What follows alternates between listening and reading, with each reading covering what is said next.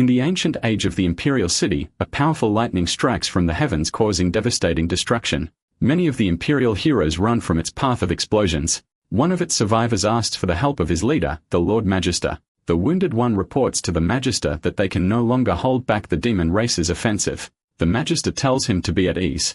This confident leader turns out to be a handsome blonde man named Avril, and he tells his comrade that he can beat the demons. The leader of the Flying Demon Legion laughs at his claim. He lets Evil look around at his already defeated group of companions. The demon is confident that no matter what he does, he cannot harm his army because of their powerful demon magic. Ariel does not panic. The Magister just tells his enemy that while ordinary attacks would not work on them, he only needs to do a self-sacrificing destructive offensive. The demon leader is all smiles, believing that even the most powerful magic would not work on them. Havel gathers light energy around his body, willing to take that bet. His body explodes, putting all the demons within range of its destruction. The Magister's surviving companions look on, wondering if their leader has succeeded. A demonic hand reaches out from under the ground.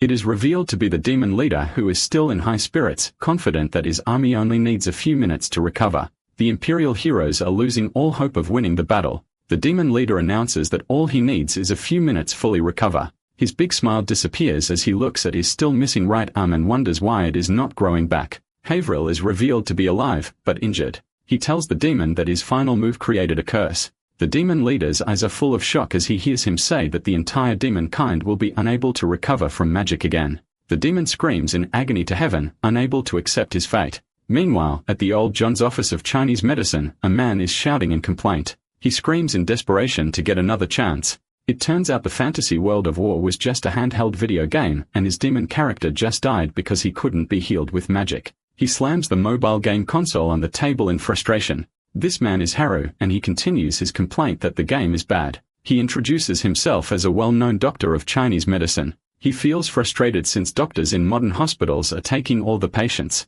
He feels like he has wasted his life studying medicine. Because of it, he drops his console to the floor to complain about how he is such a failure. He does not realize that the screen on his game is telling him that he has won the opportunity to become a Grand Magistrate and that all he needs to do is accept or decline it. Suddenly, a woman comes into his office asking for him. She turns out to be a well-dressed beautiful woman accompanied by 3 bodyguards. Haru is nervous as he recognizes her as Yuqing, the beautiful president of the Jin family. He is shocked to see that Yuqing calls him the Lord God Doctor. She explains that Haru is actually a successor of an ancient medical family. Now that he is 30 years old and an accomplished doctor in his own right, he can now inherit the billions of the family fortune and marry her. Haru smiles at the luck he has. The blushing Yuqing asks if it is acceptable for him to return to the family. Without an ounce of hesitation, the man accepts her offer. The game console on the ground suddenly lights up to announce that Haru has accepted the proposal to be a Grand. Uro and Yuqing look on as the game counts down. The moment counts down to 1. The console sucked Haru into itself. The screen says that a new game is about to begin. In the fantasy world of the game, a group of adventurers is caught up in an explosive battle in AC rank dungeon. Anna, leader of the party, unleashes his holy flame-slashing flash attack. With it, Anima defeats many monsters in his path. He declares that the battle was easy. His comrades praise the man for his victory. It makes Anima cocky that he declares the dungeon to be easy. The pink-haired woman at the party tells everyone that she thinks that the monsters might just have been easy because the dungeon just used them as bait. One of the companions accuses her of looking down on Anima. He hypes up that Anima is a cunning strategist of multiple achievements, both as a noble and a magical swordsman. Suddenly, a hooded woman comes out of the shadows. Anima and the others tense up at the appearance of an enemy. On the woman's chest is a cross. On her head is a skull hair wearer. She introduces herself as a powerful necromancer. Anima can feel the aura within her, making him feel uneasy. The necromancer announces that she will attack. The party is getting nervous. The necromancer kicks Anima. It is so weak that the swordsman does not feel anything. He counters by stabbing the woman with his holy flame sword, hurting her. The other in the party looks on, seeing that the enemy is weak. The necromancer feels that she needs to get serious. She activates her magic. With it, she summons an army of zombies to surround the party. She declares that they will drone in a wave of undead. Is not worried. He activates his holy flame sword. With a slash, he obliterates the army. The necromancer is crying at the scene. She feels frustrated that this would make it the 6th time she has lost to adventurers again, and that it means she has failed her Lord Dungeon Master. However, the party can see that there is still one zombie left in the field. As the smoke is clearing, the zombie's eyes glow. Anima is shocked, believing his holy flame sword should have wiped out every zombie. The zombie takes a breath. This zombie is revealed to be Haru in the body of what looks like a stitched-together stuffed bear with a doctor's outfit, and he is panicking at what is happening to him. Haru is overwhelmed. He hates that he has crossed over to another world at the exact moment that he inherited a fortune and was about to marry the perfect woman. As he demands to be sent back to his world, Oyama looks at the bear zombie confused about what he is doing. The crying Haru asks the computer text that keeps appearing what he needs to do. The computer tells him that he can go back to his world if he fulfills the main objective and becomes the strongest magister in the game world. Haru gets excited as the computer also tells him that he can get back to his original world if he dies in the game. As he thinks, the adventurers wonder why the zombie has stopped moving. The pink-haired girl think they should be wary of the creature since it blocked Anima's all-out attack. Annie readies his next attack, telling the others that the zombie just got lucky. Deep down, he feels on the edge, not knowing why his attack did not work and wants to hit it with his full strength. Haru can tell that the most powerful person is Anima. He screams at the swordsman to hurry up and kill him. He makes it his mission to die as quickly as possible to return to his original world. Anima takes his demand as a taunt, bruising his ego. This makes the swordsman angry. He readies his flame sword for a strike. The plushy bear zombie tells him to bring it on. Anima unleashes a powerful beam of fire. As Haru gets enveloped in flame, he feels like a fortune and a beautiful woman is just in the corner. Yet his zombie body just falls to the ground without any injuries. Haru is confused. He feels frustrated that he felt nothing. The computer announces that his zombie body has 99% immunity to all physical and magic attacks. The necromancer shows a smug smile. She holds her bear zombie minion to her body and declares that she has shown her true strength as a master necromancer. Haru is so close to the girl that he is blushing. The pink-haired girl asks Anima for them to retreat. Anima aggressively pushes her away. His ego is so bruised that he is determined to kill the zombie no matter what. He winds up his holy flame sword for his next attack. The other adventurers are excited to see their leader's powerful attack aside from the pink-haired girl who is worried that their leader is about to consume too much mana. Haru is getting excited about his death since he knows the move triples the user's attacks. The zombie bear lets go of his necromancer master to get ready. Amma is charging at the zombie with a body covered with an armor of flames. Haru does not move, ready to take everything in. The necromancer watches on, thinking that her zombie just walked in front of her to protect her with his body. Anima nears the zombie's space. The sword slashes through the zombie's body. Haru tries to feel the damage. Still, he only takes in a damage of -3. He screams that the attack was puny. This embarrasses Anima, who claims he has not yet brought out his full power. He slashes him again, but again, he takes in little damage. Again, Haru tells Anima he is too weak to conquer the dungeon. The embarrassed swordsman says he is only getting started. Anima tries to damage him multiple times, yet the bear remains unmoved. The other adventurers looking on do not know what is happening anymore. Anima is already catching his breath. He can see from the zombie's HP bar that he can kill him with one last hit. The swordsman charges up his holy sword once more. Haru feels relieved that he can finally go back. Unfortunately, the holy sword's blade breaks into two the moment it hits the zombie's face.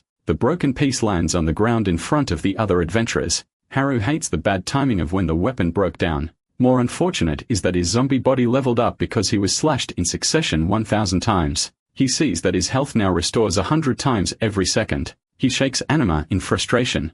Anima realizes that Haru is a monster. Instead of facing him, the swordsman runs away out of the dungeon. The other party members follow their leader. Haru hates that his only hope is gone. Meanwhile, Anima continues to run and cry as the others try their hardest to reach him. Meanwhile, a drop of saliva falls. It turns out the necromancer has just woken up after falling asleep from how long the battle went. The necromancer gets confused to see Haru breaking down into tears for not getting killed. Haru then realizes the necromancer is looking at him. He shakes her, demanding that she take him back from wherever he came from. The woman shows her hands away from her. She tells the bear zombie that since she is the strongest zombie she has ever summoned, he will help her deter invading adventurers from now on and will never be unsummoned back. This leads Haru to walk away from her, determined to find a way to die all by himself. This angers the necromancer who thinks he is being rude to her. She tells him to halt, freezing the bear zombie's body in place. He wonders why he cannot move. The necromancer tells him that she can always stop his movements and reminds him that this means he has no choice but to listen to everything she wants from him. She looks closely at the zombie's body and wonders why her summon has a consciousness of its own. She hugs the zombie as she is overwhelmed by how cuddly and lovable he is compared to his other zombies. She suddenly feels that something is off. She realizes that she was injured by the holy flame sword a while ago. Haru volunteers to treat her. The necromancer thinks he is being silly since there is no magic he can unleash on a demon like her cursed to never be healed by magic. He tells her that he can do it. He suddenly takes off her hood to get a better look at her injury. He then pulls out some pins while declaring that he is a god of a doctor. He puts pins on the girl's shoulder where the wound is near, putting her in mild relief. Haru then takes a look at her arm. Using his vast medical knowledge, he operates on the girl's arm, then he bandages it up. The necromancer is amazed that her arm feels much better now.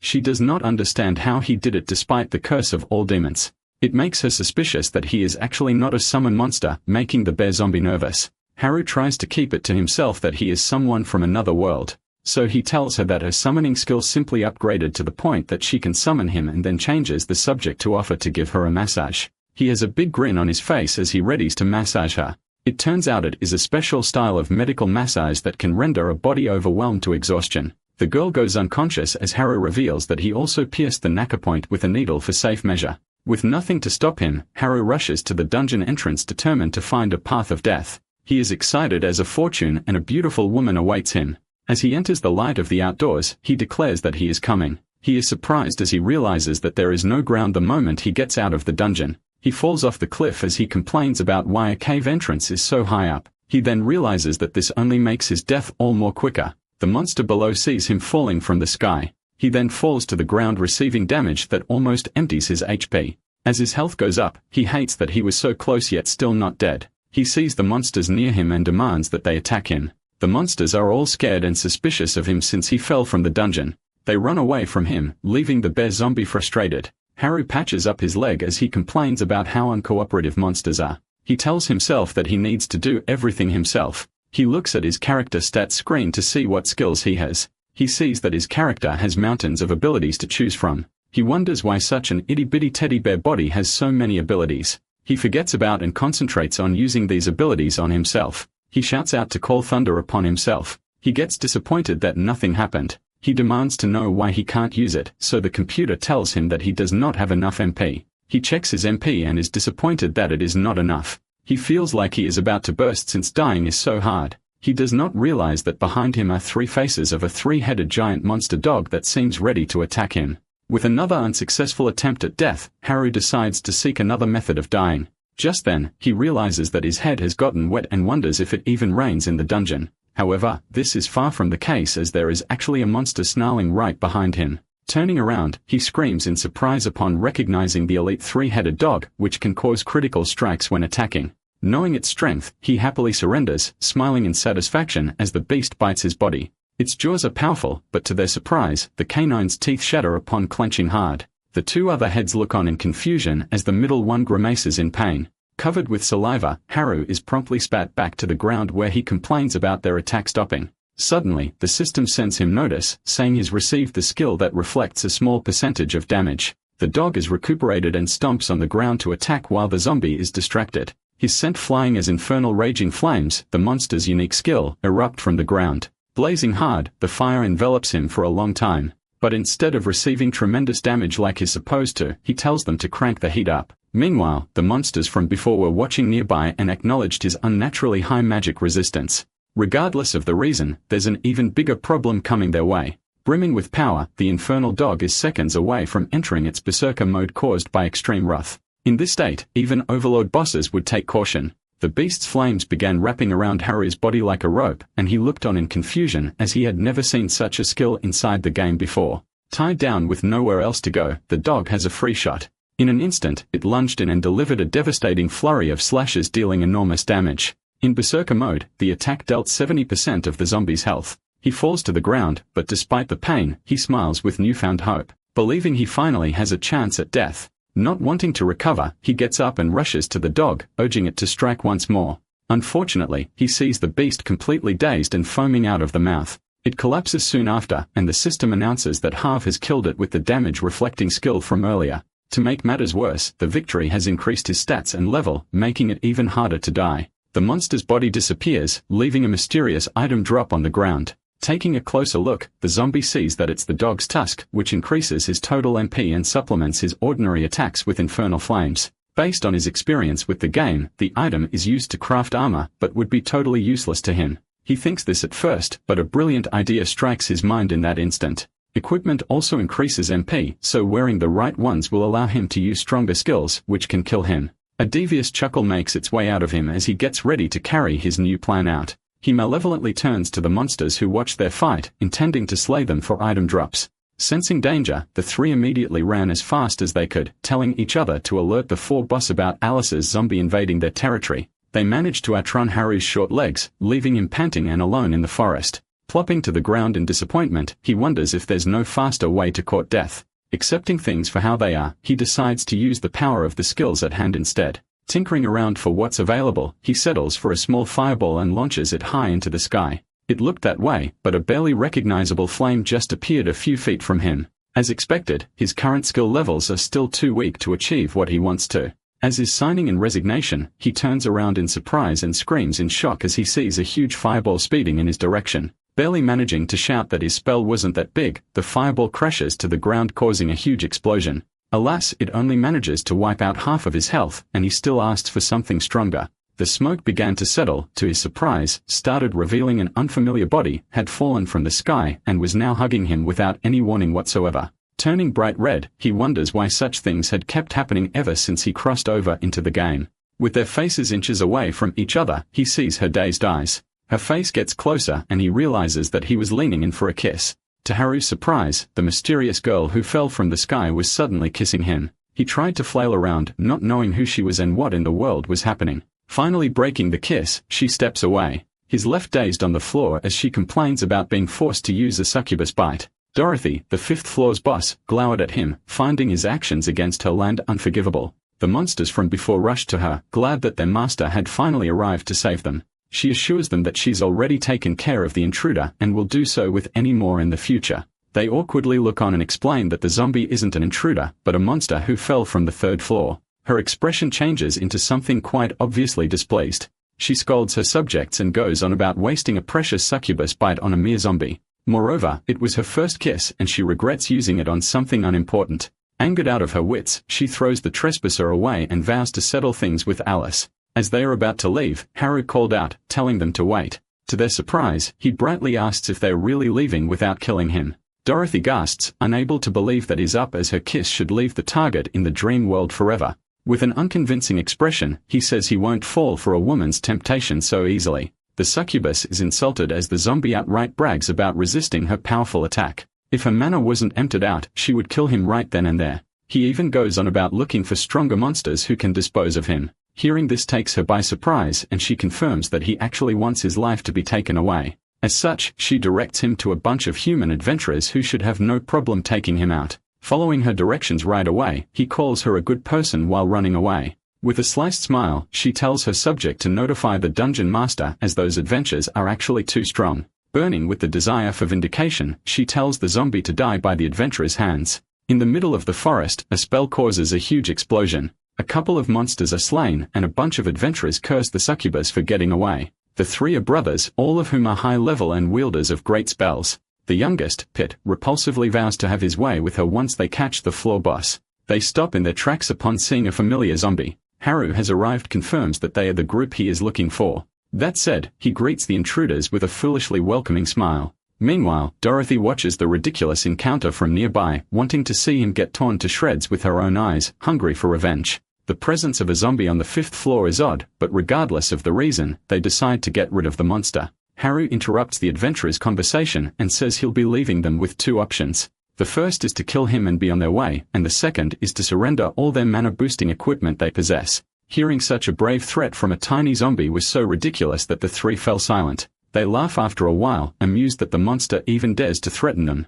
Pit brims with power, taking it himself to finish the creature off. He casts Diving Judgment, calling on a sword to suddenly drive through the target's chest. Still watching in the dark, Dorothy quietly cheers them on, asking for even more brutal attacks. The attack deals about a third of Haru's health, but the youngest brother's expression unexpectedly grows dark. He falls to the ground, likely falling victim to the damage reflection effect. The other 2 rush to their siblings, asking if he's okay and wondering what skill could possibly cause such damage. He has no idea what happened, but shares that he felt a sharp pain the moment he struck the zombie. Without wasting too much time, Haru hops back up as if nothing happened and says he'd rather take their items if their attacks are going to be so weak. Since physical attacks aren't working, the second brother, Shem, steps forward to try magic spells. With a special wand, he summons a huge ball of fire to the sky and brings it down like a meteor at the poor zombie. The adventurer arrogantly brags about his power, but worries deep inside about just barely getting the job done. However, a familiar paw shoots up from the smoke and quickly swipes the wand off Sham's hand. Haru has identified it as a valuable magic item and has chosen to take it for himself instead. The magician screams at him, questioning how a lowly zombie could retain so much health after his attack. Although he can't explain, he reveals the truth about his 99% magic immunity. Dorothy hears this and wonders if a zombie could actually be so powerful. Knowing he can't win, the second brother breaks out in cold sweats and urges his siblings to run away. Finally, the eldest Louis steps in to take matters into his own hands, as it's ultimately up to him. He draws his bow far back and charges the arrow with magic. With the release, another huge blast explodes in the middle of the forest. The wind blows in the night as Haru faces off against Louis. Looking at his face, the zombie can't deny that his aura is completely different and seems more promising than the two who came before. Fortunately, that's exactly how he wants things to be. He lunges right at the adventurer with a smile, telling him to kill him if he can. With a loud battle cry, the archer tells him to drop dead and shoots his weapon. The arrow flies straight and fast. It hits the zombie right in the head and pushes him back to the ground. It doesn't stop there, as the magic-infused projectile then explodes inside its target. Despite the flashy display, Haru gets up completely unharmed with the arrow still in his forehead. He takes it out and throws it to the ground in frustration, screaming that it's too weak to do anything. Louis smiles smugly, saying it's only the beginning. His words and confidence allow the zombie to regain his hope, believing that he must have the stronger attack. Just then, hyper-toxic vines from below began sneaking up onto his leg. In a surprising turn of events, they grew longer and quickly wrapped around the target's body. The arrow carried a powerful manipulation effect, and the vines have now grown thick enough to suspend him in the air. For some reason, Haru blushes, feeling oddly satisfied by the bindings getting tighter. However, he says the damage is still too low, frustrating the adventure even more. The manipulation magic was their trump card, and since that won't work either, the three brothers quickly escaped. Feeling betrayed by how weak they all were, the zombie burns with anger and calls them frauds. If they can't kill him, they should have just said so and not wasted his precious time. Dorothy looks on in disbelief, not knowing how a puny zombie could send the infamous brothers running away. As he continues to struggle with the vines, she wonders if Allah sent him to invade her territory. The necromancer's foolish image flashes in her mind, and she shakes her head, quickly realizing that she's giving the floor boss more credit than she deserves. Considering this, the succubus decides that she can take the powerful zombie for herself instead. She joyfully walks to him, acting nice and greeting him, but failing to notice the vines at her feet. The realization comes to lot hate, and the toxic plants have already begun wrapping around her body. Meanwhile, the zombie barely freezes nose and mouth and complains about nearly suffocating. An idea comes to mind as he remembers that he actually wants to pass away. While she's surprised, the vines keep her still and they stay that way for a while. Haru soon turns away in frustration, clicking his tongue as is reminded that zombies don't need to breathe. Trapped in the thick plants, the floor boss can't do anything but wait for the dungeon master's help. However, the otherworlder doesn't have the luxury of time and hates the idea of wasting potential death moments there. She looks on confusion as he starts to do something. A small ball of flame appears in his hand. Sensing danger, the succubus scolds him and questions his plan, but it's the only way to free himself. He casts the spell and blasts himself in the face with a fireball. Fortunately, it works and he falls to the ground, freed as the vines let go. He whines about expecting a bit more damage to himself and gets scolded for missing the point. Having seen this, Dorothy finally questions his being, as demons should be unable to recover health so easily. Haru turns to her and moves on to free her as well. Still oblivious to her original intentions, he thanks her for leading him to his potential killers. That said, she seriously didn't expect them to fail and run away from a mere zombie. A sudden scream rings out as the former doctor sees that she's hurt from contact with the vines.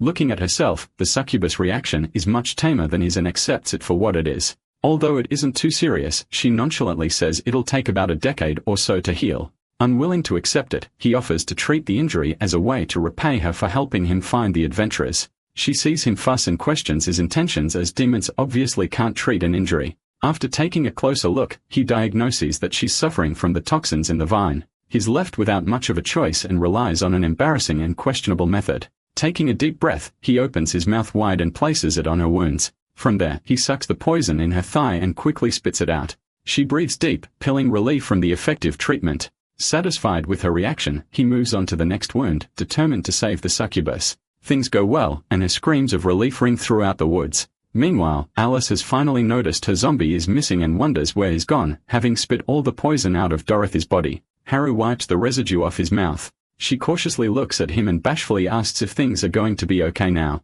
With a proud thumbs up, he says he's done hiding the oddly satisfied expression he has inside. The former doctor takes her hand and says all that's left is applying herbal medicine to the wounds. Her eyes glitter in surprise and wonder as the ointment actually begins healing her injuries. The questions finally set in, and she asks how a demon doomed out of recovery magic could achieve this. Unable to say that the herbs aren't from this world in the first place, he gives a shallow excuse and says the curse might have weakened after so many years. Not only is he able to fight on such a high level, but is also able to treat demon injuries. With this, the floor boss concludes that an undoubtedly invaluable treasure has fallen into her grasp. Taking the chance, she hugs him tight and asks how she could ever repay his kindness. As long as she acquires him, she's bound to defeat more adventurers and improve her performance. Faced with a bountiful gesture, he gets excited and asks if he can really ask for anything he wants. She promises to grant it with a smile, but is just happy that he's fallen for her succubious charms. He starts to speak his wishes and to her absolute confusion, wishes for her to kill him.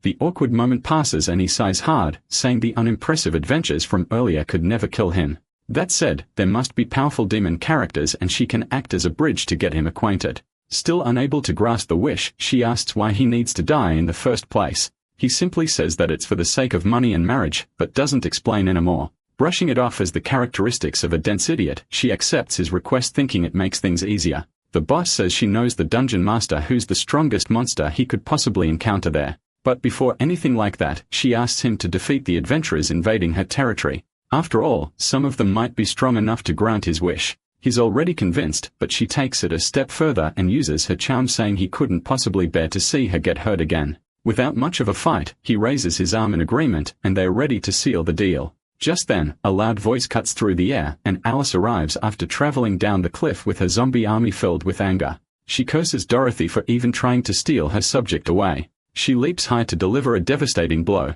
However, her flying kick hits and deals an insultingly low amount of damage to her fellow boss. With a scarily unemotional expression, the succubus says she started the physical fight and grips Alice's foot. She lets her anger burst and whips the necromancer around, dealing far more damage with the cathartic release. In a matter of seconds, the one-sided fight ends with Dorothy's victory. Haru covers his face in second-hand embarrassment, questioning how she even became a floor boss. The loser gets up, delusionally saying that she almost won.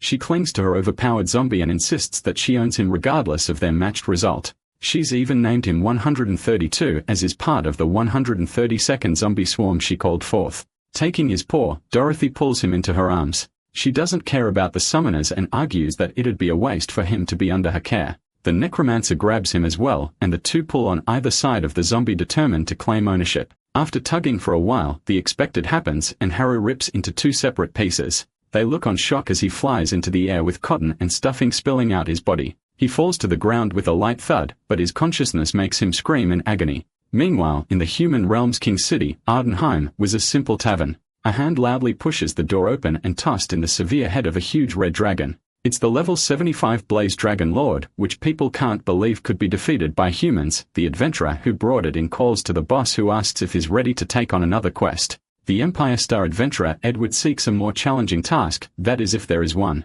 The tavern owner apologetically tells Edward they have no harder mission and suggests finding another tavern. Waving it off, he says he'll find something later on and asks for his reward instead. A newcomer talks and asks who the awkward-looking guy is and quickly gets shushed by the others. The man in front of them is the strongest bounty hunter in the Empire and has never been defeated. Loud shouting comes from outside, taking everyone's attention. A familiar silhouette runs toward the tavern in a hurry. Anima barges into the establishment with a frightful expression and says is being followed by a terrifying beast. His subordinate desperately claims to him, promising that it's safe, but he insists that they'll be caught, intrigued and slightly bothered. Edward asks what the issue is. As such, they explain the events that transpired in the dungeon. Everyone listens intently and all scream in disbelief after hearing that they were defeated by a zombie. It's an unbelievable story, but they insist that the zombie was immune to both physical and magic-based attacks, leaving Anima traumatized. The jeers and mocking begin to flood in as the idea of being defeated by such a low-level monster is ridiculous.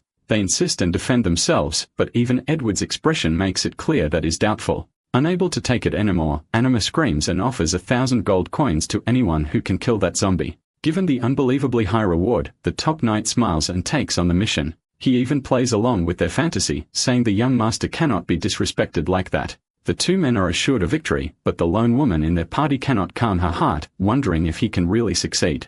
They are blinded by faith and his title certain that he can't be defeated by any monster there. After all, he's the man who even stood against the demon lord and lived to tell the tale. Back in the dungeon, a hand busily works on stitches. After a while, Harry gets up and scolds the two bosses, asking if they know how painful it is to break a waist. They apologize, but Dorothy immediately proceeds to pressure Alice into giving her subject up. She even threatens to use force and reminds them that they are currently in her territory. Although trembling unaware of how terrible a position she's in, the necromancer swallows her fear and says she still has Harry by her side. With a quick wave of her arms, she orders her subject to dispose of the succubus, causing his body to move on its own. Dorothy blushes hard and screams as he suddenly pounces at her and hugs her tight. While she orders him to let go of her, Alice smugly smiles, proud of her blood subject's power. Just then, a huge statue opened its eyes and loud wailing began to ring throughout the dungeon. Looking out, the two bosses quickly realize what's happening. It's the dungeon master's signal for them to gather, so Girardi asks if they still won't let her go.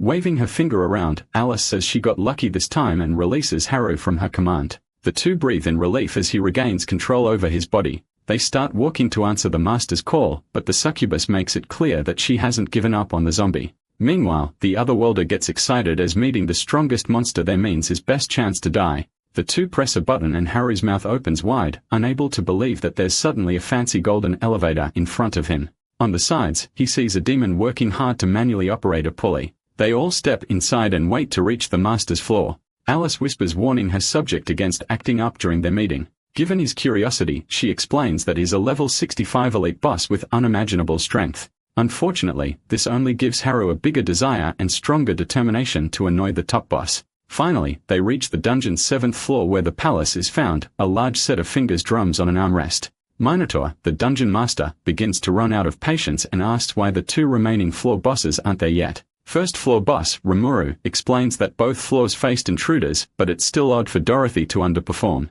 With this, the other four masters, EY and Lilith, propose replacing four bosses. The conversation doesn't drag on as the two latecomers finally arrive, cautiously apologizing for the delay. The master doesn't dawdle and tells them to hurry as they have several important matters to discuss. While he sits on the throne, Haru looks on in excitement, finally seeing the strongest monster there. Now he can find out if Minotaur has what it takes to send him back home. He activates the special magic equipment from the three adventure brothers, taking everyone by surprise as no one expected such actions. A huge fireball openly shoots at the dungeon master and causes a huge explosion in the middle of the throne room. They all gasp in shock, wondering what had just happened. Meanwhile, Minotaur simply casts the smoke away. With his eyes glowing in anger and power, he demands to know who dared to attack him. As things are going exactly as he had hoped, Harry stepped forward, proudly declaring himself to be the attacker. Trying to take control of the situation, Dorothy asks the master to remain calm, while Alice covers Harry's mouth. As she explains how the dumb zombie is the necromancer's underling, the Menader tells them to quiet down. They tremble in fear when he stands over them, expecting the punishment he was about to sentence. Even Alice is unable to do anything when he grabs the assailant from her grasp. Staring down at the zombie, he calls him out for being quite bold. Haru actually grimaces from the aura of the master, unable to deny the power of a level 65 demon. But then again, he happily accepts his fate as greeting death is precisely what he wants to do. Since he's asking for it, Minotaur reaches for something behind him, ready to deal his punishment. The two floor bosses already expect the worst. Surprisingly, the item he reaches out for is a pair of reading glasses, which are promptly placed on his face. Haru watches in confusion as the master intently reads a handbook and starts listing a bunch of expenses brought on by his attack. All in all, the price of his actions is worth 8,000 crystals and is given the option of paying in installments. Alice desperately reaches out begging for him to lower the price in any way. He then goes on about how she is the worst performer among them and that he was already considering a salary cut. Meanwhile, Haru is outraged and demands to know why demons are charging instead of killing him. Lilith scoffs at his reasoning, saying it's just fitting for Alice's subordinate. As demons cannot regenerate, there will be no one to pay his dues should he die from a punishment. Since he's obviously dirt poor, Menader says he can pay in 6 even installments instead. While the zombie curses for failing to die, the necromancer grabs him and weeps about the debt she was thrown into. Coined to get everyone's attention, the dungeon master moves on and gets down to business. He gathered everyone there as he had to inform them of something urgent and important. With a serious expression, he announces that the Devil King ran away again last night. Hearing this, an awkward silence passes through the room. After a while, the bosses sigh, saying it isn't anything new and that the guards will find the king in a couple of days. Confused, Haru asks how often the ruler disappears and is told that it happens thrice a month on average. Unable to contain his exasperation, Minotaur says things aren't as simple this time around. The king's guards have searched 30 kilometers around the city, but unlike before, failed to find their ruler. The king mentions something about going into the human kingdom, so the search might be successful around the border. The master then takes an illustration of their target to make the search fairly easier. They all look at the piece of parchment in shock and awe. Haru, for one, argues that it's too abstract, looking at a childish drawing of a purple-haired girl prancing in the fields. The fourth-floor boss raises his hand with a question. It's the peak of the adventure season, meaning they are too busy defending to search for the Devil King. Nodding at the good point, Minotaur says he's thought of that along with the solution. He then places the responsibility on Alice's shoulders, much to her surprise. After all, while she's useless inside the dungeon, her horde of zombies would make a search more efficient. She argues first, but immediately accepts the mission. When he offers to take 2,000 crystals off her debt, Haru judgmentally looks at his master, deeming her to be too weak-willed. With this, the four bosses are told to leave and prepare for the task at hand. As they turn away, the zombie screams and shouts, telling the dungeon master to at least hit him twice. Alice manages to shut him up and goes to look for the Devil King as ordered. Minotaur can only look on in confusion, finding him to be the strangest zombie he's encountered. With the meeting over, they all return to their respective floors and Alice tosses Haru away in anger. She scolds him for incurring a massive debt, but he just argues that he didn't expect such a response. Dorothy takes the opportunity and sides with the zombie, saying his master keeps on shouting at her subordinates. Hugging and putting her face close to his, she asks him to stay by her side instead. Alice commands him to attack her, so his body moves on its own and casts a fire spell. Regardless of it all, he is her summon and she has no intention of giving him up to anyone else. The two leave Dorothy with a Singtadu, ignoring her injured cries completely. That said, all should be okay as the dungeon master is still unaware of how powerful the zombie is. In the end, she believes they'll fall into her grasp eventually. Since she's been given an order, Alice gets to work and starts an incantation. Casting it on the ground, she summons an undead wave to rise from the hard soil. She hands them copies of the Devil King's illustration and tells everyone to bring her back immediately. Slapping a copy on Haru's chest, she tells him to do his best and find her or else he'll wish she was dead. Joining the line of zombies, he grumbles about how she should do it herself if she's so good at ordering people around. Lightning strikes as he realizes that the mission to find the king could allow him to run away again. In front of them was a portal gate and a clear path to escape. Haru is surrounded by no one but the brainless zombies who undoubtedly can't stop him. With this, he makes a run for it and dashes toward the portal, leading them all in the dust. Painting in exhaustion, he eventually gets far enough to free himself from Alice's influence. However, he's only escaped her clutches, but dying is going to be a difficult mission. Just then, the ground shakes and a loud thud echoes as a heavy being walks toward him. Turning around, he sees a group of magic core giants towering over his small body. Normally, one would fear for their life, but the encounter actually makes him much happier. Such giants drop a magic core that permanently increases his MP, which would grant him access to stronger spells. With a determined expression, the zombie charged in to claim his wishes. Unfortunately, his little body is no match for the steel giant, which easily swats him away. Crashing into the ground hard enough to dig a crater, he crawls out with an amused smile, calling them worthy opponents. He then confidently brags that their strength will also be their doom due to his damage reflection spell. He says this and belatedly realizes that their health points did not decrease at all. As he throws a fit in confusion, the system explains that his spell cannot affect non-living things. That was not within his expectations, but it should still be fine. He walks forward once more, intending to take them down with an avalanche of punches. Like before, a mere swat sends the poor and puny zombie flying away. The giants are bewildered as he proceeds to whine about them ganging up on a measly level 2 zombie. What's more, a human ear pricks up as his cries ring all throughout the forest. It's Anima's party. While some are worried about the weird sounds, others are completely confident, feeling invincible as the valiant adventurer Edward is with them. The famous warrior is still skeptical, unable to believe how strong the zombie supposedly is. They then go on to exaggerate how big and powerful Haru is, emphasizing how different he is from others. Surprisingly gullible, Edward believes every word and forms the image of a terrifying foe in his mind. Anima chimes in with crazed eyes, promising to even endorse him for knighthood. Should he defeat the zombie, suddenly loud and heavy sounds of clanging metal approached. A grim expression spreads throughout their faces as the beings speed to where they are. It's the core giants from before, and they're running as if their lives depended on it. Edward grips his sword, glad that he can finally start fighting. A swift swing of his blade is all it takes to bring the powerful giants down. What was supposedly a hard steel body was reduced to a pile of oil and scraps in an instant. As he retrieves the magic cores that were dropped, the rest of the party is reassured of their victory and are glad to have him around. That said, they wonder why the giants were so panicked and what could possibly make them act that way. Even Edward is cautious, thinking they might have encountered a Devil King level demon. Meanwhile, Haru is still hard at work, giving all he can to deliver devastating punches. With one last attack, he finally manages to take one of the giants out, making it explode into scraps. He triumphantly takes a pose, brimming with pride as the system announces his level up. Although it was a tough battle, he was able to get his hands on a magic core in the end. He crushes the crystal without a second thought and sees his MP increase by 10. While it added less than expected, it still gives him hope. Suddenly, a purple-haired girl speaks from behind, surprised that he actually whittled the giant down with punches. A bright smile is spread across her face, and she says it's the first time she's seen such an interesting zombie. He fails to recognize her and brushes her off as a weak-looking child.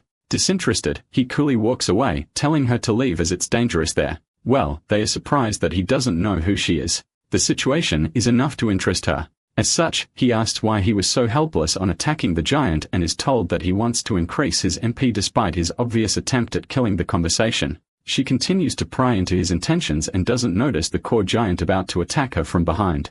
In a panic, Haru urgently places himself between them to take the strike in her place. His scent flying, having been hit directly, and barely clings to life. The girl carries him, worried and wondering if he's okay. To her surprise, he gets back on his feet, again telling her to get behind him. Facing two raging giants, he bravely charged in, ready to take everything they have to offer. Seeing him risk his life for her, the demon blushes, wondering if this is what it feels like to be protected. What she doesn't know is that the zombie is simply determined and eager to die. The battle rages on, and an hour later, the sounds of clanging metal finally stop. He hives in exhaustion and raises his hand, proud of the victory he achieved on his own. However, it doesn't last long as fatigue takes over his entire body, making him collapse.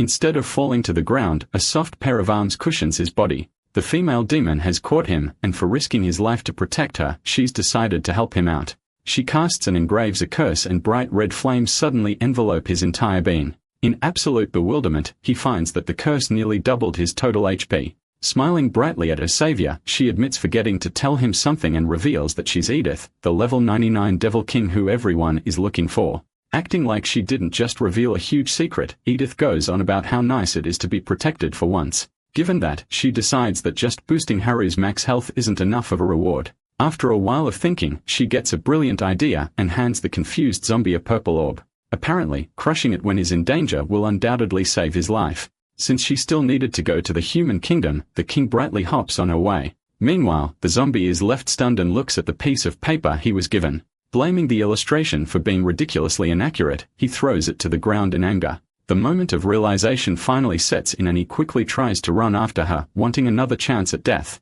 On the way, he bumps into something hard and finds Alice blocking his way. She tugs on his ear and scolds him for slacking off when he should be looking for the Devil King. Fortunately, he manages to let her know that he encountered Edith and that she's running to the human kingdom. However, without the dungeon master's approval, since none of them can leave the vicinity to pursue, high-pitched screeching suddenly filled the air as a swarm of bats flew around to cover the sky. Haru was annoyed by the noise, but Alice realized that something bigger was happening. The bats were paired with a bright red flame, illuminating most of the forest with its light. Without wasting a second, the necromancer pulls her zombies, saying they have to return to the dungeon. They are supposed to be on a mission to find and retrieve the Devil King, but the alert from earlier only triggers when there's a crisis in the dungeon. On the 6th floor, something terrible was happening. The other 4 bosses had fallen, and Lilith was barely holding on after fierce battle. Edward stood before her unscathed as he called them all too weak to even fight him. The party he's accompanying showers him with praise, saying this level dungeon is nothing compared to him.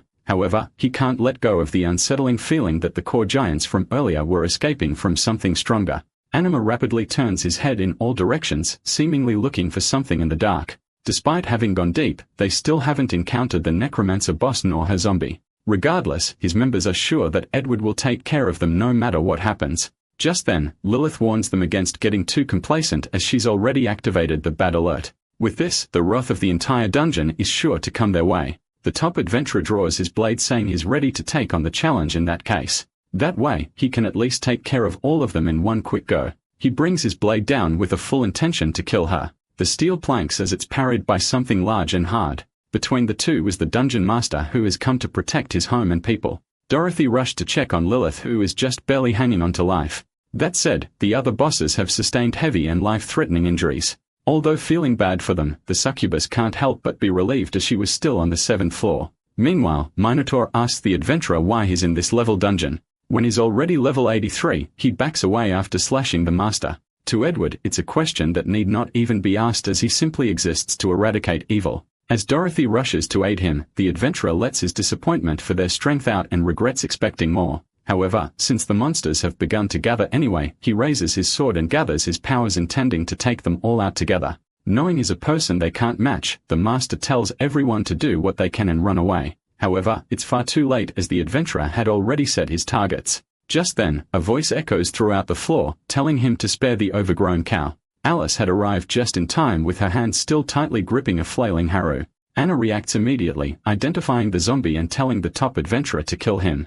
Edward can't help but be surprised, having expected a far more sinister entity based on their description. As he reminds himself that the employer's wishes come first, Alice gets all fired up and steps forward. Haru is filled with dread as the necromancer eerily tells him to get ready. She lifts him up and strikes a pose like a baseball player, ignoring the zombie's confused cries. With strength he didn't know she had, she throws him right at the adventurers, pitched right at the invading adventurers. Haru screams as he flies through the air. Edward is slightly insulted, finding it ridiculous to go up against a level 5 zombie. Meeting the zooming monster head-on, he finishes things in one smooth motion, making the gap in power strikingly clear. The target is cut cleanly in half and for some reason explodes mid-air. He falls to the ground, unmoving with stuffing spilling out. Again, Edward turns to his employers in disbelief, but they argue that he isn't supposed to be so weak. He sighs in disbelief, troubled that the future of the Empire is being entrusted to such buffoons. Just then, he hears Shrill arguing about the events that just transpired. Looking at the source, he sees the 2 remaining 4 bosses fighting and screaming like children. Fortunately for the human kingdom, this generation of demons doesn't seem too reliable either. The ladies freeze as a booming voice tells them to stop immediately. Minotaur says it is not the time to quarrel and commands them to take the other monsters to safety. They insist on fighting alongside him and protecting their home with everything they have. However, it's all useless, as they can't defeat him even if the entire dungeon banded together. Taking his last stand, the dungeon master stood his ground and with a scream, released his remaining power. He grew larger, but the adventurer remains unimpressed. Meanwhile, Alice drags Dorothy away, wanting to follow their lord's orders. Edward scoffs, finding the idea of monsters sacrificing themselves despicably eye-opening. He takes his necklace in his hand and, to pay his respects, decides to give it his all as well. Glowing with power, various status boosts bless his body, and the master couldn't help but stare in shock and awe. The blinding light took the rest of the monster's attention, causing them all to freeze in shock. As a secret technique, Ed recalled on the 7 Saints. The skill requires sacrificing a Lord-level monster to obtain, meaning he's already defeated 7 bosses before. Minotaur trembled at the sight and aura of the man before him. Eventually, his legs buckle and give in. As his knees hit the ground, the dungeon master lowers his head and admits his defeat. The adventurer smiles, satisfied to make the gap in their power known to everyone there. Calling him a vile monster, Edward descends like an angel about to exterminate evil. He charges in and tells the monster to be reborn as a human instead. As is about to deal the final blow, a familiar paw grabs him by the wing. From behind, Haru, barely stitched back together, tells the adventurer to stop. Sewing himself back together and regenerating consistently, he says he hasn't been killed yet. The adventurers open their mouths in surprise, unable to understand how he survived. Anima burns with anger, seeing that the zombie is even tougher than he thought. Determined to take it out, he offers another 100 gold coins to finish the job. Looking down monster, Edward's interest is piqued by the tenacious opponent. Wanting to hurry things along, Haru interrupts and says there's no need for any more words. The rude and brazen attitude annoys the adventurer, who isn't used to such disrespect. As he raises his blade, so do the 7 saints supporting him. Finally, there's no longer a need to hold back. Minotaur breaks out in cold sweats as the pressure from before manages to get even stronger. He calls on the judgment of the saints and swings down to kill the zombie once and for all. It's the most amount of damage Haru received yet, and the floor bosses cry out, realizing how dangerous the hit he just took was. He falls to the ground, coughing and unable to regenerate since the skill also deals burning damage per second. At the thought of finally being reunited with his supposed bride, he greets death with a smile. Just then, the purple orb from the Devil King falls out and onto the ground. The force makes a break, activating the sealed spell inside, turning to see what happened. They find a dense and powerful spirit coming out like a living abyss. The purple orb has fallen to the ground, broken, having released the sealed magic inside. It wraps around Haru, enveloping him in a dark and enigmatic power. Identifying it as the energy of a devil king, Edward questions what the zombie really is. Meanwhile, Edith senses it as well and pauses her journey to look back. She's surprised that her little friend actually stumbled into a life-threatening situation so soon. Certain that it won't be a problem anymore, she lightly goes back on her way. After all, the orb contained all her strength. Haru emerged as a new being. With him in a near-death state, the Devil King crystal activated. The zombie roared, releasing a pressure that was enough to suffocate anyone nearby. A concentrated beam of magic shot out of his mouth, aimed right at the adventurers. Edward tells the others to run away, but it's far too late for that as the beam was traveling at a speed they can't follow. The spell hits and the shock wave is enough to make the dungeon walls shake. While Alice is impressed by her subject, Dorothy asks if it's really a skill meant for a lowly zombie. The dungeon master seconds this, saying even he can't pull off such a move. Looking at his large back, he wonders if Haru is simply a wolf in sheep's clothing. Edward somehow survives the strike. With his armor and wings broken, the valiant adventurer knelt on the floor, acknowledging the zombie's power. If it wasn't for the blessed armor protecting him, he definitely would have died from that. The other adventurers check on him, but he raises his hand, commanding them to stay back. Admitting that he underestimated the opponent, he tells them to run away as he can't fight anymore. Although opinions are mixed, they end up following his instructions and running.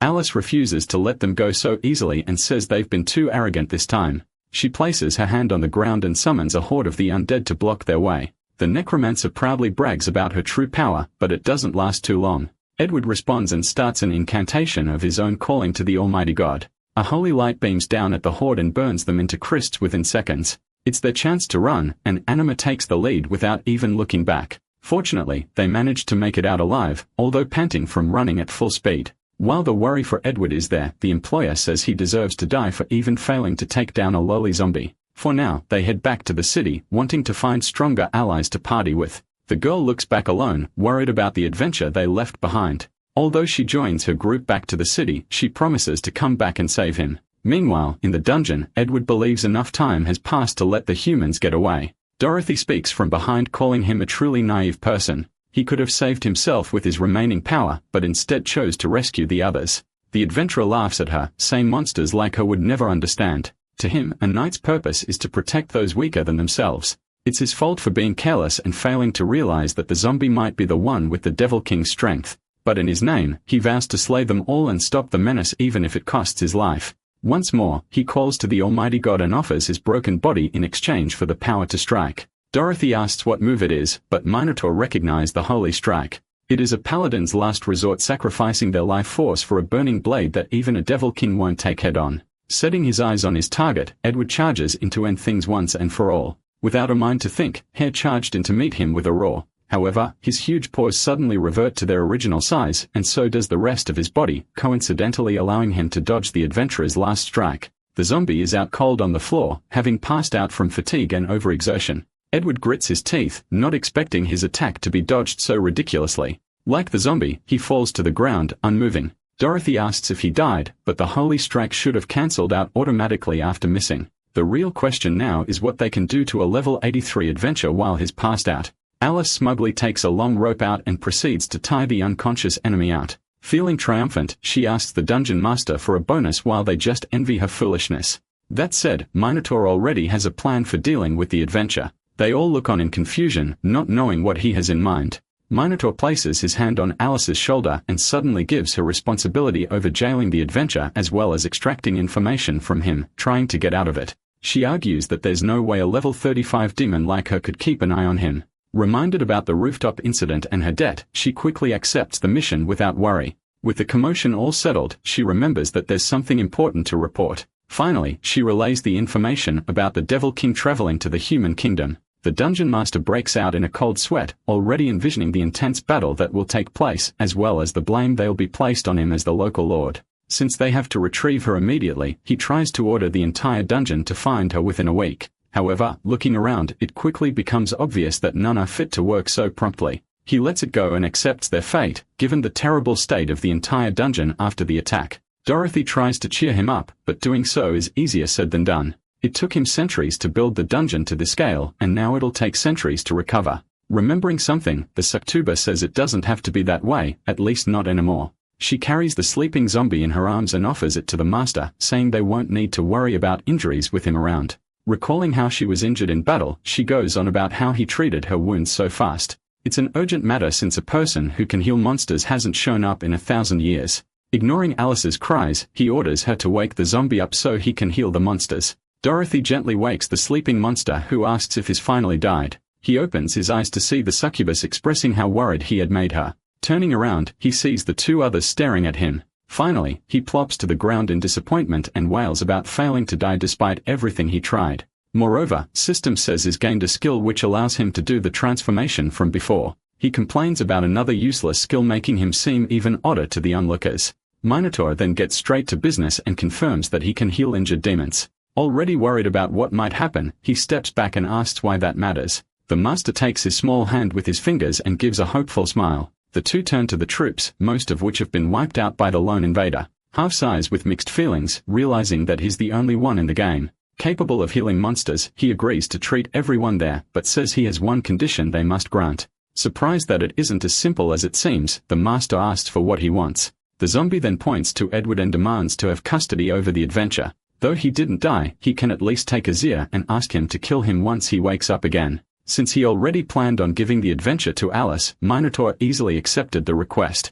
With that settled, he tells the former doctor to show them what he can do. As such, Haru walks around for a while to check on each and every monster. As expected, most have sustained serious injuries. Several had knife and burn wounds, which if left untreated would be life-threateningly dangerous. The zombie asks for paper and a pen, which is quickly provided by Dorothy. They watch as he rapidly scribbles a bunch of things down, making sure to be as detailed as possible. Soon enough, he hands them the recipe for treating the wounds and instructs them to brew the medicine. It doesn't even matter if they don't know the ingredients as is described them in great detail. Hearing them question him, he acts haughty and asks if they dare doubt his medical skills. With that settled, he moves on to the issue of the adventurer's gear. Claiming it all is his, he takes all the armor off in a matter of seconds and wears them all on his body. However, upon checking his stats, he sees that nothing has changed at all. Sulking around, he asks Alice for an explanation and gets called the clueless little zombie. Even if he equips high-level items when his level is insufficient, any stat bonuses will be void. Her words pierce through him like arrows. With that option gone, all he can do now is wait for Edward to wake up and kill him. Speaking of which, he turns to the adventurer, realizing that there was something odd while he was taking the armor. Now lying on the ground, it's revealed that the top adventurer was a woman all along. A huge fire razes a town to the ground, leading nothing but a devastating trail of death. Demons raged on, wreaking havoc and killing civilians as they pleased. Meanwhile, a little girl had to witness all this watching as she hid behind closed doors. Unfortunately, this wasn't enough to hide her from the demon attacking their home. He finds the stray survivor and opens the door, revealing the terrified child trembling on the ground. Raising his hand, he tells her to join the others on her way into the afterlife. As she desperately raised her arms in an attempt to protect herself, the poor little girl cried out one last time. Edward's eyes bolted open as she woke up from the devastating nightmare. Seeming to be bound to a contraption, she curses the monster who haunts her sleep. Haru stepped forward, noticing that she was finally awake. The zombie is wearing a doctor's white coat and says she's been asleep and skirting death for 3 days. First asking why she's there, she belatedly realizes that she's strapped in some kind of cross with barely any clothes on.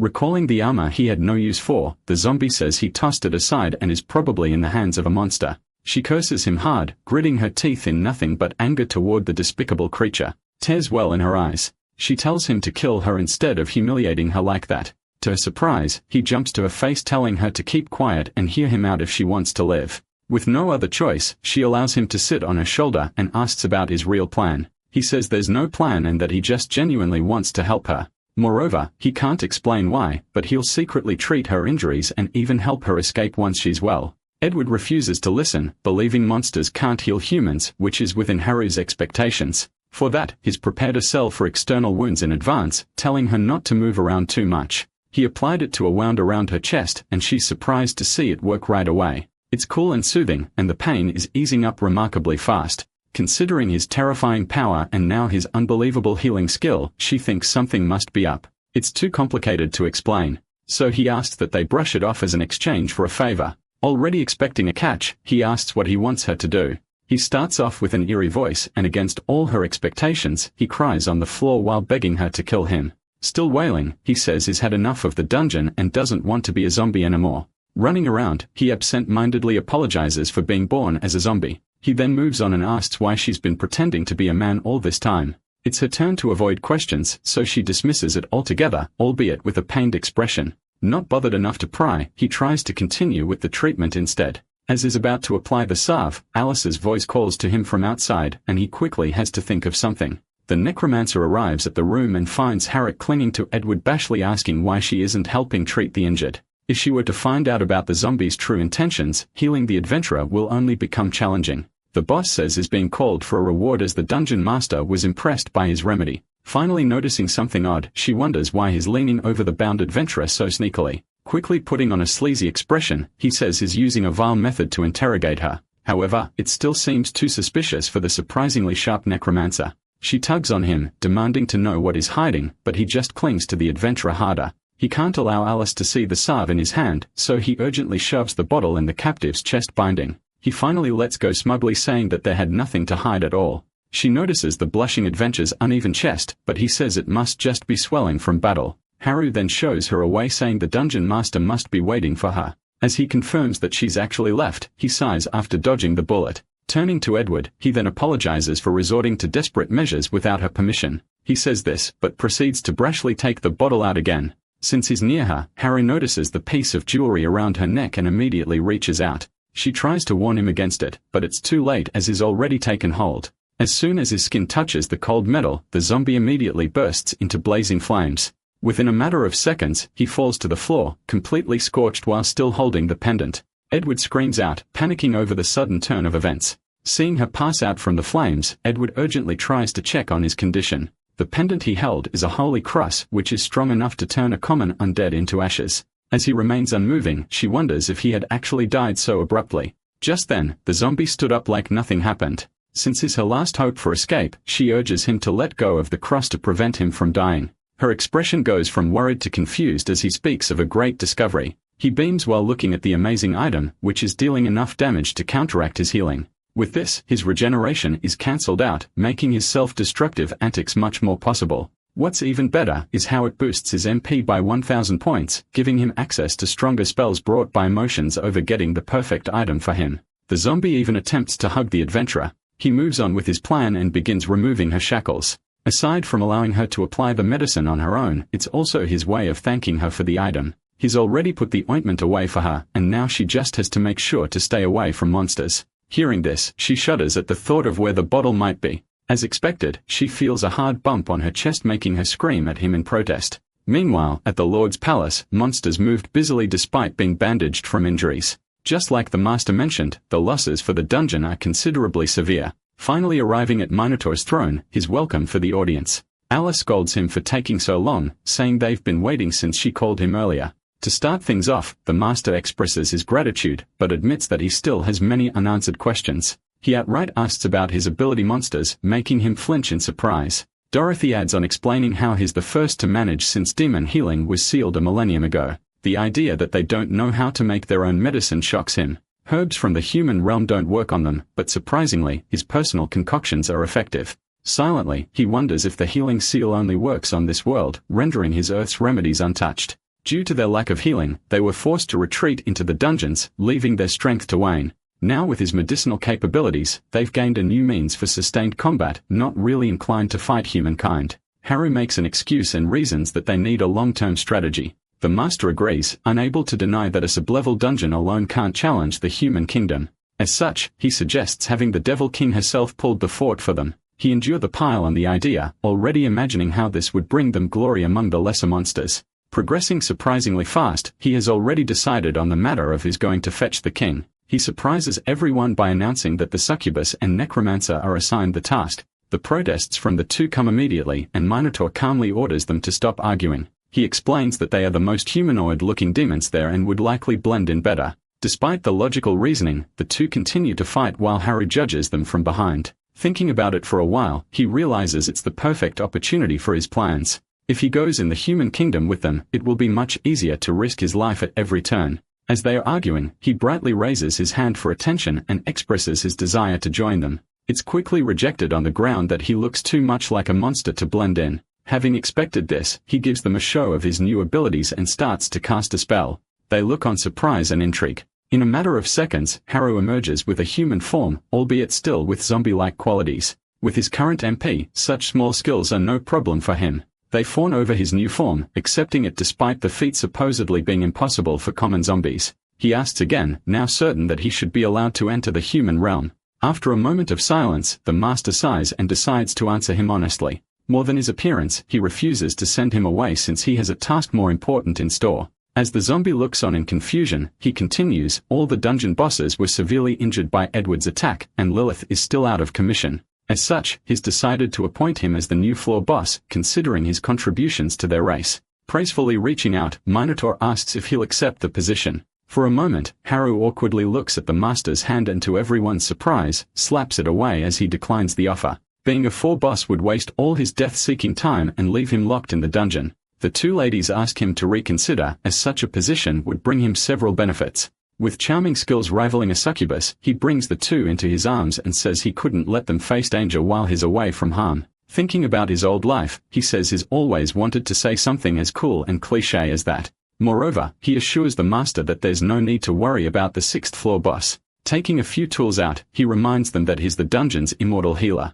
As the zombie is so intent on going to the human realm, Minotaur gives him a chance to prove himself. Speaking to his subjects, he calls for Lilith to be brought into the room. With this, the vampire queen is delivered still unconscious and lying in her coffin. While it might not be the most ethical thing, Haru decides to use her for his experiment. Preparing for the treatment, he gathers magic into his hand. With green mist swirling around him, he places his palm over the vampire's chest. The system chimes in, reporting failure and explaining that he cannot heal monsters. It's within his expectations, but he still just wanted to confirm things before giving up. They ask if she can still be saved, and he assures them that there won't be a problem. She's always been anemic, and because of the recent battle, she's all the more in need of a transfusion. They worry-ly look at each other knowing they can't easily provide the resources he needs. Since his recent summoning, they understand that he might be out of the loop with things. To monsters, anything related to their bodily function is precious ever since their ability to kill was sealed. Surprisingly, the zombie chuckles and brightly says that there's no issue with this at all. If it's so precious, then he'll just quickly whip some up. To their shock and awe, he casts a huge magic circle on the ground and calls forth a summoning. It's a ridiculously high-level spell, and Dorothy comments that it essentially renders Alice useless. With this, the zombie completes his first summoning and calls forth the bat pig. An odd creature appears and with a determined expression, asks its master for a command. Seeing a level 5 zombie cast a spell meant for level 40, Minotaur can't help but be impressed. The bat pig is called over. Haru, despite hiding a huge syringe behind him, asks for a favor, saying there's no need to be scared. Without any worrying, he inserts it into the monster's arm, making it tear up from the jolt of pain. Unable to hold it in, it makes the castle echo with screams of pain. Soon after, the poor thing is left lying on the floor, and its master happily brings the full syringe over. While he looked like a cute zombie at first, they are convinced that his ruthlessness better fits a demon. Storing it in a vial, Haru tells the master to inject it into Lilith's body when the time comes. Once she wakes up, they also have to follow her prescription, which will work wonders for her anemia. With all loose ends tied up, he receives permission to accompany them into the human kingdom. Minotaur gives him a final reminder that his safety comes first regardless of the mission success. Like a parent allowing their child into the world for the first time, he calls them their beacon of hope. He puts on a show and pretends to be moved despite maintaining his original intention of dying out there. With all that settled, they waste not another moment and get right to moving. The party of 3 packs their bags and leaves the castle to find the Devil King. As they are walking in the forest, the two fall into panic as he suddenly falls to the ground, reverting to his old form. Carrying him in her arms, Dorothy asks what happened and if he's okay. He says he just burned too much MP and has fallen into a state of exhaustion. As he's lost his human form, Alice worries about their chances of sneaking into the kingdom. He assures them that he's okay and just needs a bit more time to regain his energy. Fulfilling his own desires, he hugs the succubus back and nuzzles in her body. Blushing Dorothy allows him to just lie there and soak up on much-needed rest. In that comfortable moment, he was happy to be in another world. Meanwhile, deeper into the forest, a campfire lit the night sky. A whole chicken was being roasted over the flames, and 3 familiar brothers thoroughly enjoyed their dinner. Lewis worries about fulfilling their quota as they promised the black market a succubus for the market. The two younger ones fall silent, suddenly serious as they are unable to think of anything to do.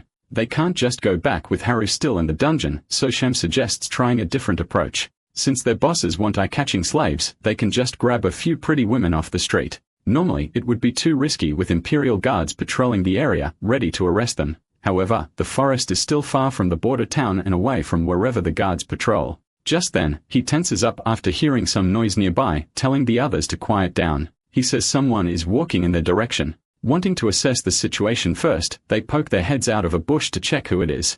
As luck would have it, they come across the type of girls that are perfect for their mission. They watch a couple of familiar silhouettes from nearby and are mesmerized by their perfect figures. Failing at first to recognize the four bosses, they set out to capture the two without fail. The three brothers hurry up, unwilling to let their targets escape as they are chasing a quota. Meanwhile, a bad feeling travels up Alice's spine, making her shiver in the dark. Urgently looking around, she says she feels a few eyes watching them, but Dorothy says she's been paranoid. On the other hand, Haru left them alone for a while to visit the restroom, saying he had a sudden stomach ache. As she questions if the undead even have to make bathroom trips, a voice loudly called to them, ordering the women to stop in their tracks. The three adventurers appear out of nowhere, striking tacky poses paired with rehearsed introductory lines. An awkward moment of silence passes as the two ladies are unable to react to the foolish display. Suddenly, the three gather and whisper, finally realizing that their targets look eerily familiar. The eldest calls them fools and explains that they are the bosses they encountered in the dungeon.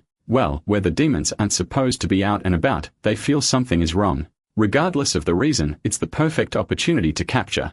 So the eldest gets right to work. He draws his bow and arrow, imbuing it with magic just as he did before. However, Dorothy is prepared this time, and one will allow herself to fall for the same thing twice. She strikes first, quickly firing an enchanting arrow at the archer. Balls of mana shoot at Lewis and break the sharp tip of his projectile. Unfortunately, it doesn't work the way she intended as the broken tip accidentally hits Alice's head instead. Successfully attached to the target, the spell activates and the hypertoxic grow from her forehead. In a matter of seconds, the two ladies are bound and rendered helpless once more. Dorothy scolds her companion who's barely in her right mind, blaming her for getting them trapped. The adventurers chuckle and mock them, asking if dungeon bosses really are so weak. To finish things off, Shem gathers energy into his wand and casts a giant fireball. A meteor-like ball of fire falls from above, illuminating the night sky. With one look, the succubus knows they've lost. Meanwhile, another fire spell is cast, but a much weaker one targeting a low rabbit. Haru takes the fallen creature, that the strongest skill he can use is still too weak. He thinks there are no decent monsters to experiment on, oblivious that he's scared them into hiding. While he's finally found an excuse to cause chaos, he decides to wait until they enter the kingdom. Just then, the commotion reaches him, and he turns around to see a gigantic explosion nearby. This gets him all excited, so he rushes to the scene. Back to where the adventurers are, the two ladies are shown to have taken a direct hit from the fire spell. With burns all over their bodies, Dorothy struggles to move and curses herself for losing to them again. Assured of their victory, the brothers get devious smiles on their faces. As the two younger ones celebrate expecting a huge bounty, the eldest tells them not to be so hasty. Blushing and heaving hard, he says he should enjoy things first before they proceed to the sale. In full support, they grab the succubus arms and pull up, leaving her defenseless with no chance of rescue. Attempting to stall for Harry's return, Dorothy suggests starting with Alice first as she's also a beauty. Curious, they look back upon hearing this and see the ridiculous-looking woman on the ground. The succubus curses her for being useless. Even in times like this, finally letting their desires take over, Lewis pounces at her, but a voice commands them to stop. A big fireball is cast and hits the adventure square in the chest, sending him flying away with a blast of flames. The younger ones let go of Dorothy and rush to their injured brother's side. Asking if he's okay, they turn to look at whoever ambushed them with a cheap spell. Haru greets them, owning up to the attack with a smile. That said, he's still disappointed and dissatisfied with his spell strength. His focus changes as someone calls from behind. Dorothy hugs the zombie tit, saying he has to beat them up and avenge her. He protests at first, but enjoys the soft hug nonetheless. Lewis inspects the enemy's characteristics and informs the others that is just a level 5 zombie. Encouraged upon hearing this, Pitt steps forward and charges in with a huge holy shield. Haru recognizes the danger and pushes Dorothy away to safety. The adventurer says it's too late to regret picking a fight and slams the shield hard into the zombie's back. His eyes open wide, feeling an uncanny sense of familiarity. Just then, as if his insides were mashed, a reverberating shock spread throughout his body. Similar to how he fell before, he takes a knee, suffering from the reflected damage of his attack. Haru sighs in exasperation, saying he had already warned them a long time ago. As he reminds them of his reflective tendency toward physical attacks, they finally realize that he's the small zombie. Looking as though he had been conned, Lewis points at his enemy, saying he was that zombie all along. Satisfied with reaction, Haru smiles and reverts to his original form, surprising them even more. Sham panics and asks for what to do next, but it's so obvious that it shouldn't even be asked. Together, the two run, leaving their injured youngest behind and crying for help. Returning to his human form, the zombie chuckles and calls them naive. In an instant, he appears right next to the fleeing men, saying they can't outrun him in that form. They face each other for a tense moment, and after quickly weighing their options, the two brothers kneel and bow their heads, begging for their lives to be spared. They plead with their situation, listing the people they need to provide for. During this, the younger brother inadvertently reveals a shocking secret and apologizes to the eldest. After freezing from shock, Lewis realizes what happened and grabs his brother by the collar, leaving the zombie to watch awkwardly. He tells them to stop with the comedy routine and shares that he never intended to kill them. The two stop punching for a while and hear him out. To their surprise, Haru says he wants them to kill them instead. Now that the effects of his automatic healing are countered, they should be able to take him out. Looking at each other, the adventurers consider it for a moment and jump high with their weapons to grant the request. One barges him with a rain of fire, while the other concentrates his power into a magic arrow. They hit the zombie directly, taking more than half his health away in one go. Almost flying back, he smiles as it's been a while since he last felt such pain. Dorothy sees him take the attacks and calls out. From the looks of it, she knows he's trying to get himself killed on purpose again since he isn't fighting back at all. Sham says they might actually complete the mission this time. However, Lewis suddenly falls to the ground scarily silent. The damage from his physical arrow is reflected, and he feels the sharp pain deep in his chest. With this, the eldest brother falls, leaving the middle child as the last man standing. He looks back at the succubus with a filthy expression, saying that capturing her is all up to him now. Haru whines and urges him to deliver the final blow, but the man refuses for now, asking what the rush is. Killing the zombie would be easy, but he has more important things to do now. Mainly concerning Dorothy, he asks the adventurer about his intentions, but it isn't even a question at this point. He attaches a metal collar around her neck, saying he's going to turn her into his slave. A high-quality succubus like her would be worth around 20 normal humans, especially for depraved masters. So he thanks the zombie for his assistance. They had already lost hope, but with refusing to fight, they managed to succeed in the end. He assures the zombie that there's no need to worry and that he'll kill him afterward. But before that, there are better things to do. Shem lunges at Dorothy, saying it's time to inspect his goods. The succubus screams for help, begging Haru to jump in and save her like always. As the adventurer reached out, the zombie suddenly got up and stood between them. Unable to stop due to the momentum, Sham's hand poised to grab reaches and squeezes something else. He gags and jumps back in surprise, disgusted over what he just touched. He scolds Haru for getting in the way, reminding him that he asked to die in the first place. Feigning charisma, the zombie says it's just natural for monsters to trick humans. Although acting cool, he shakes, unable to stand firm as is still reeling from being grabbed. Since he doesn't want to put his companions at risk, he decides to die in a more secure situation. Sham is so furious over getting interrupted that he's regained enough confidence to fight the zombie. He casts a giant fireball and is ready to cast. But before he could do so, Haru prepares an attack of his own. Lightning gathers in his palms and as if calling it from the heavens, shoots it from the sky. The blast hits directly, leaving Sham unconscious and sand from electrocution. Lewis is watching, having barely regained his senses, and curses the monster. As is wondering if he wants to fight again, the eldest gathers his brothers and carries them all to escape. Haru is certain that they'll cause trouble again sooner or later and wants to finish them off.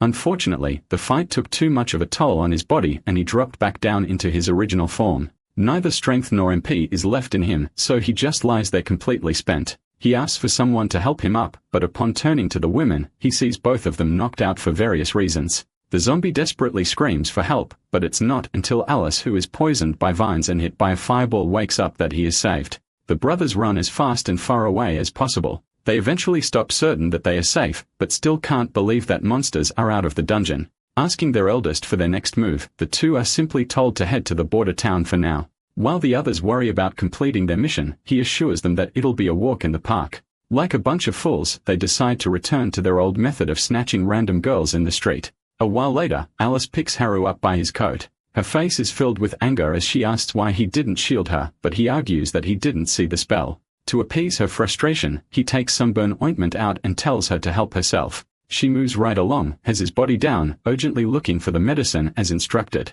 Feeling good, he plays around, telling her to be careful with where she touches, but she just scolds him for acting indecent. Fortunately, she eventually finds the salve and spreads it across her burns. He swears on its effectiveness, even bragging about brilliantly concocting it himself. Just then, someone tells them to hold on the chit-chat for when they reach the city. It's Dorothy's tells them to free her from the collar with embarrassment written all over her face. Alice laughs at her P's helpless state and mockingly says that she must need assistance. Taking full advantage of the opportunity, she piles on asking her to beg. As the necromancer is cursed, she takes offense and drags Haru away intending to lead the succubus there. Biting her lips and blushing, Dorothy grumbles, barely managing to say that she's asking a favor. Unable to meet her eyes, she pleads for rescue.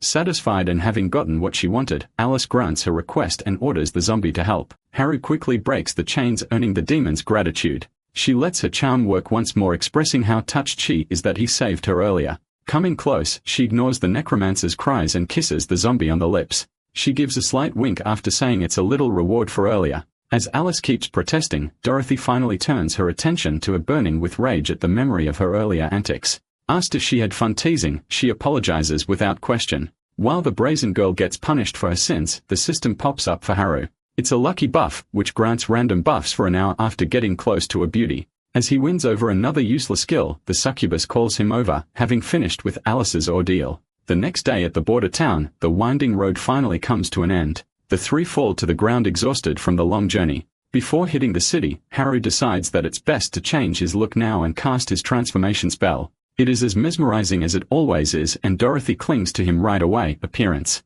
Because of her coming close, the lucky buff activates, granting him 100 extra defense points. As a final note, he reminds them to call him by his name in the city and not his little zombie. They eventually reach the gates and are greeted by a long line. The inspections at the border seem quite strict, but their disguises should be enough to get through. Soon after, they are called up to the front for review. While Haru gives a sheepish smile, the two ladies hide behind him. Noting how they are unfamiliar, the guard asks for their purpose and is told that they are just passing merchants. If he exposes himself there, the ladies will get dragged into the mess, so he needs to secure entry. With a general look, the man says they don't seem to be evildoers, much to their relief. However, tries to take Alice's robe off, blushing as he attempts to take a closer look. Haru grabs his wrists, asking that he refrain from indecent acts as both women are his wives. Insulted, the men pick a fight, saying they must be looking for trouble to defy them like that.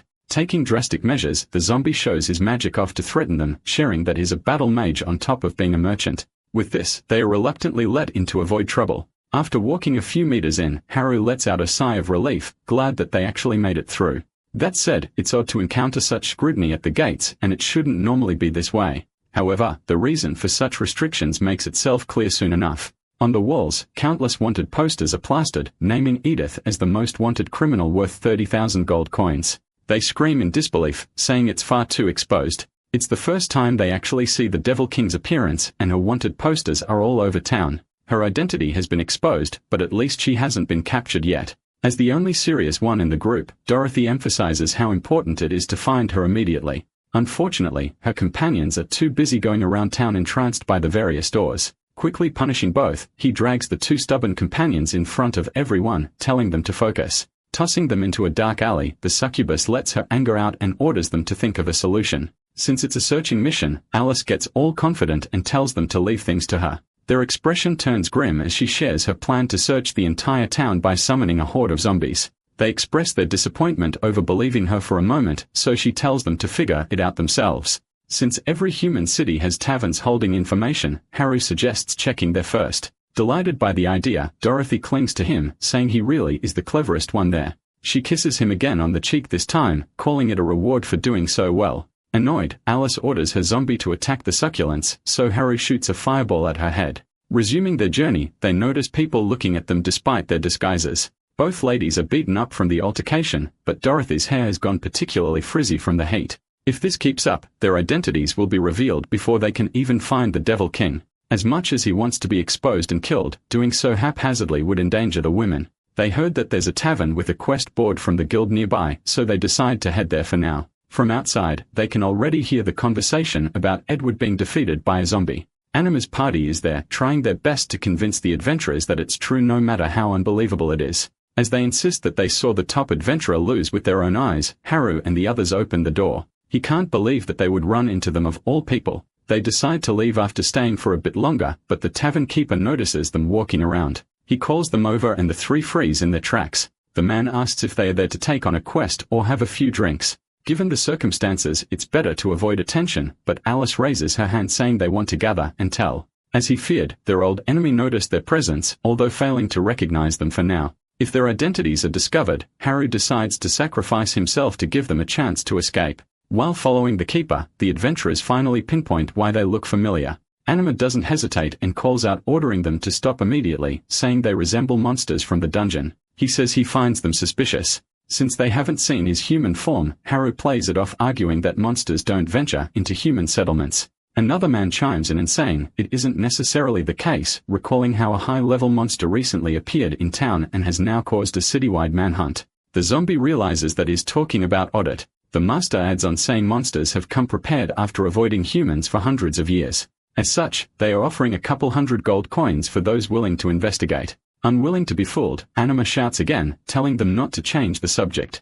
Suspecting them to be the two-level bosses from the dungeon, he orders them to take their hoods off. They stay silent and non-moving, knowing the repercussions that might follow. Since they are refusing to comply, Anima forgoes his manners and starts to charge at them. Haru wonders if it's time to step in and take action, but Alice calmly reaches out saying it's okay to show them what's under. The two women take their hoods off asking that they stop looking for trouble after seeing them. Everyone gives an audible gasp saying the sight is far too ugly for the under the hoods are the women's faces so swollen and beaten up from the fight they had earlier. Her finally sighs in relief, glad that the foolish sometimes manage to find their luck. Still checking, Anima cautiously asks about their boss. The other members chime in, recalling that the two they are looking for are always with the bratty zombie. Although surprised by the unexpected description, Haru plays it off saying they don't have anyone bratty with them. Disappointed that the party goes on their way, asking to be informed in case any powerful adventurers come by. Now that the immediate danger has passed, he turns to the owner, ready to talk about serious matters.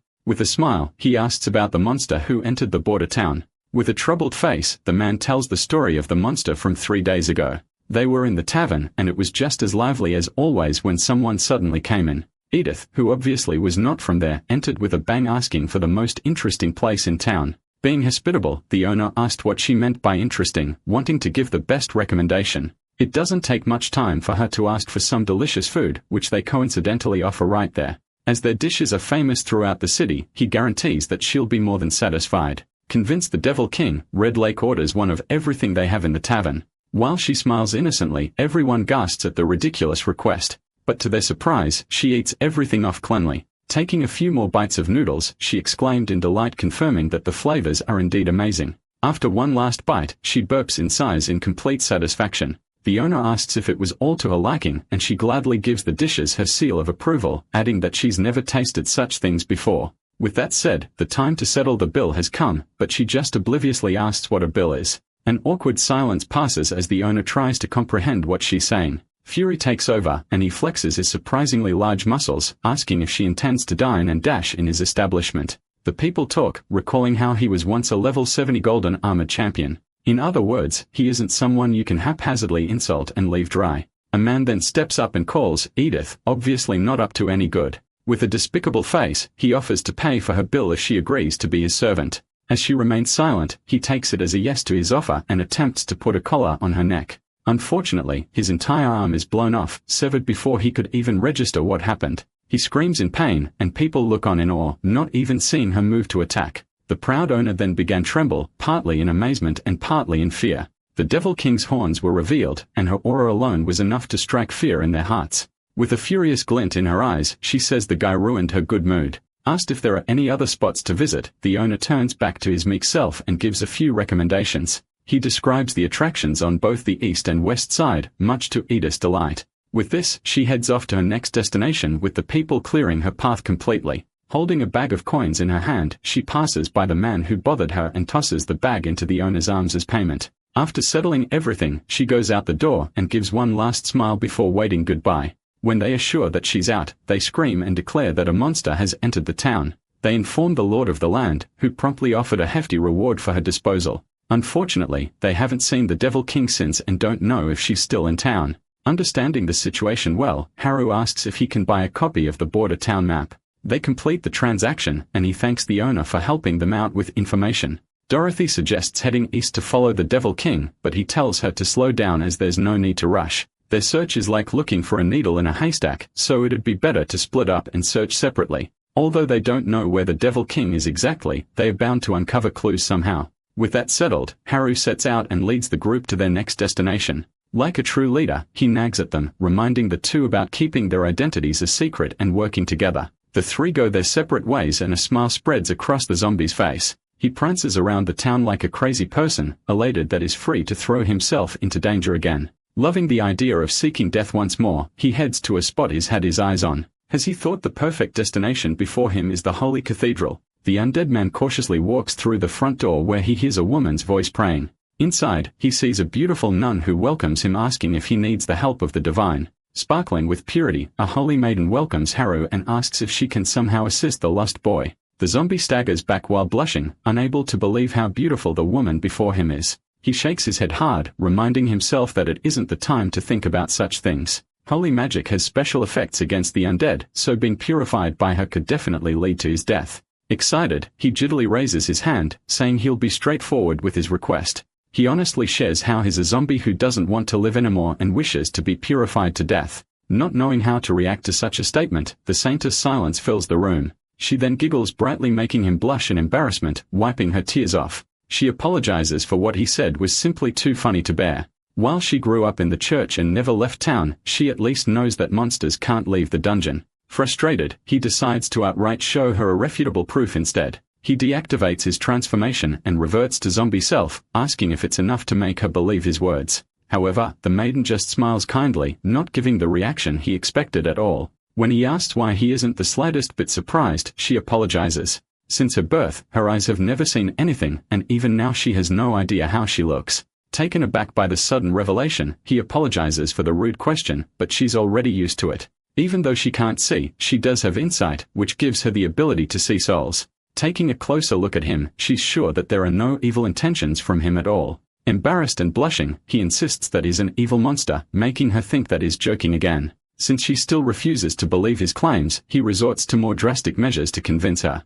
In an instant, he zooms around and passes her. While she doesn't see it, she feels that something has changed and gathers her hands by her legs. The maiden drops to the floor as the devious zombie raises a white piece of cloth high up. Having stolen the woman's and her clothes, he wears it over his head mockingly. He comes close with a sinister smile, goading her to hurry up and purify the evil inside him. However, all she does is tear up and question what experiences could lead a kind boy to do such things. True to how naive she is, the saint prays to her god, hoping that her clothes somehow save the boy. Asked once more to purify him, she argued she as a candidate saint would never hurt the Empire's people. The frustration inside him builds up, and he asks how he can make her believe that is evil. Unfortunately for him, she only believes in what she can perceive. Giving a resigned sigh, he acknowledges that all he can do now is let her see his actual state. The zombie turns back into a human, needing a more convenient form for what he's about to do. Realizing that the garment was still worn around his head, he's filled with regret. Quickly pocketing the item, he reaches out and asks to see the maiden's hand for a moment. He takes her wrist and pokes, looking for her pulse points. Confused, she asks what he's doing, but doesn't pull her hand away. The woman is told to keep quiet for now as is currently treating her ailment. Determined to be seen as a monster, he set out to heal her eyes and restore her sense of sight. At least once he does that, she should believe him. She asks that he doesn't waste his time. The Lord alone can bring miracles. However, he isn't even sure about such gods, but is certain in the abilities of a healer like himself. Based on his examination, she can't see because she was born with blocked meridians pressing on her optic nerve. As long as his medical needles clear those meridians, the ailments should be cured right away. Finishing up, he confidently turns back and tells her to open her eyes and check on her vision, lifting the garment on her head. The maiden cautiously takes a peek, opening one eye at a time. To her surprise, it's not all smoke and darkness anymore, but a blurry image of her savior, Haru. He smiles at her, saying she now knows how amazing of a doctor he is. However, she confuses him, saying it isn't because he's a doctor. The maiden suddenly clings to his leg and insists that he must be the avatar of God himself. According to the bishop, only the Lord would be able to heal her eyes, and yet he did it so easily. The misunderstanding strikes him and he doesn't understand how things came to this. For now, he asks that they talk about lordship later and tells her to stop clinging to his leg already. It seems she hasn't fully recovered her sight yet, as she thought she was holding his arm. Just then, a priest entered the church and opened his eyes in shock upon seeing the scene in front of him. The scene could very well be misinterpreted by others, so he runs out and immediately screams that a thug had violated the maiden, sending the church into an uproar. The priest who walked in on Haru and the maiden rushed out, announcing that he had assaulted her. Hearing this, the civilians nearby fell into complete uproar, furious that their lady had been defiled. People pile on even more, saying the holy saintess is about to be ravished to death. As such, they storm the church determined to save her and punish the man who disrespects them. The maven puts herself between Haru and the people, defending him and saying it was all her choice. While they refuse to believe her, the zombie smiles, finding the encounter fortunate and a perfect opportunity. Without any warning whatsoever, he reaches out and grabs her body in front of everyone. They are stunned at his brazen move, but he just pokes harder, saying she's completely under his control. He asks if they want to save her and says they will have to kill him first to do so. Balling their fists, they get ready to do just that, filled with anger and disgust for the inhuman man. They all jumped in together, determined to give him a proper beating. They come, and he welcomes them with open arms, not at all fighting back despite the countless punches, scratches, and hits he receives. He relishes in the pain, smiling as he feels like he is inching closer to his goal by the second. However, the maiden cried out, begging everyone to stop what they were doing. She tugged on an arm, trying to pull the zombie to safety. Closing her eyes in earnest effort, she tries to convince everyone that it's all just a misunderstanding. A voice close to her cautiously called, and she slowly opened her eyes to see. To her surprise, the man she was pulling on was a different person, not her savior. Moving on, she screams again, repeating that she's fine and that they should all stop beating Haru. Finally convinced as it came from the maiden herself, the townsfolk stop and let him go. She then rushes to check on the injured zombie who was bruised, but loudly complaining about the inkling of damage they were able to inflict on him. Delighted that is all okay, she rejoices and says his magnificence knows no bounds. To protect her honor, he even accepted humiliation and pain from the citizens earlier. Likening him to a different lord, the saintess puts his divinity and self-sacrifice on a pedestal. He can only look at her with pity, unable to comprehend how imaginative and naive she is. When he insists that he isn't a god, even giving a human name, she insists that it must be his disguise. Believing this, she agrees to call him by his but with a holy suffix before it. Signing in resignation, he tells her to do whatever she wants. Again, moving the conversation back on track, he tells her to purify him already, but is refused once more. She asks how she could dare to accept his blessings when it would be a great sign of disrespect. Hinansi only promises to forgive her and orders the maiden to hurry up. Convinced, she put her hands together and prayed to the deity, calling in the name of their devoted follower. Turning the cross toward Haru, she asks for the divine power of purity to cleanse the world of all chaos. He winces as the sacred light scorches his entire being, and he can feel his soul on the brink of purification. She calls to him, but is too preoccupied and satisfied to notice that his zombie appearance was melting away with the light. Soon after, the purification ends and is back on the ground. As he's there, likely wondering why he's still alive, the system shows a notice saying his racial talent has been mutated due to the purification. Now when struck by divine attacks, he grows stronger and increases his health. Feeling hopeless after getting even further from his goal, he rolls around complaining. To comfort him, the maiden held his shoulders and pulled him up. She might not fully understand what's troubling him, but hopes that her sincere faith can wrap him in warmth. As she hugs him from behind, the lucky color skill activates, temporarily boosting his defense. Feeling mocked, he scolds the system. After a while, he gets back up feeling much better and says staying there any longer is just a waste of time. Looking up at him with a perplexed expression, she asks where he's headed. He's lost all his leads and no longer has any idea if there's anyone there who can take him down. While he's walking away, the maiden suddenly raises her voice and asks if he could possibly take her along. She grew up in the church from a young age and has never laid eyes on the world beyond its walls. Now that her eyes have healed, she wishes to place her faith in him and stay by his side. He blushes, stifling a laugh. While her words have touched his heart, he tells her whose vision is still unclear not to talk to the pillar. Walking out hand in hand, he asks if there's anyone in the city who could fight him, but none would stand a chance. Just then, a familiar voice calls to him. Alice and Dorothy have come to reorganize, excitedly declaring that they have news. The two floor bosses came rushing as the sun began to set, urgently calling for their third member. Excited to share the news, Alice joyfully started talking about magic, but Haru quickly covered her mouth, telling her to shut up right away. He gestures to the saintess behind him saying she can hear them loud and clear. Briefly explaining the situation, he says she's a member of the church who for some reason clings to him. Hearing her affiliation with the church, Dorothy tenses up and asks how they know each other. While it's all a tangled web, he'll make sure that her presence won't affect their quest to find the Demon King. However, the succubus argues that they are a formidable enemy of the demon clan who would be a huge risk to have. She suggests seizing the moment to get rid of her, but he scolds her for making such a quick judgment. It's better to keep things low-key, and having a maiden with them would help keep things under wraps. After all, who would ever think that a saint and a demon are traveling together? Finally, Alice chimes in reminding them that there's still the main event. The two ladies got word that the auction house is auctioning off a demon girl tomorrow. Given the circumstances, they suspect that the demon girl is none other than the Devil King herself. However, considering how powerful she is, he finds it skeptical that Edith would be captured. That said, things are lined up too well, so they have to check the event out even if it fails. Alice then starts to get shy, obviously guilty about something, and says there's something more. The action is also going to feature the latest fragrance from the Empire as well as brand new handbag. Seeing their true motives, Haru wonders why Minotaur even sent them out together. With this, they all agreed to head to the auction house as soon as possible. He looks back and turns to the maiden, inviting her into their adventure. They move on in one group, and the townspeople couldn't help but stare at the odd combination. Instead of keeping a low profile, more people began to talk, questioning why Haru was with three beautiful women. Fortunately, his wit prevails once more, and he decides to put his companions to good use. He gathers them together, wrapping all three in his arms and hugging them tight. They blush out of embarrassment, not expecting him to do something so out of character. Alice demands to know what was going on, so he explains that it's all for the sake of a better disguise. After all, it'd be great if someone strong got too annoyed and picked a fight with him. He boasts and raises his voice, asking the onlookers if they've never seen a handsome man before. His plan works as expected, and the people there start itching for a match with the arrogant zombie. They find it absolutely ridiculous, but he keeps on eating them on. Finally, they decide to band together to teach the young man a lesson. A fight ensues, but ends after a while. As they resume their journey, they continue to grab attention, but now for a completely different reason. Haru was covered in scraps and dirt. After realizing that they couldn't beat him, the townspeople started throwing trash at him instead. Just then Dorothy's voice called to them, announcing that they had finally arrived.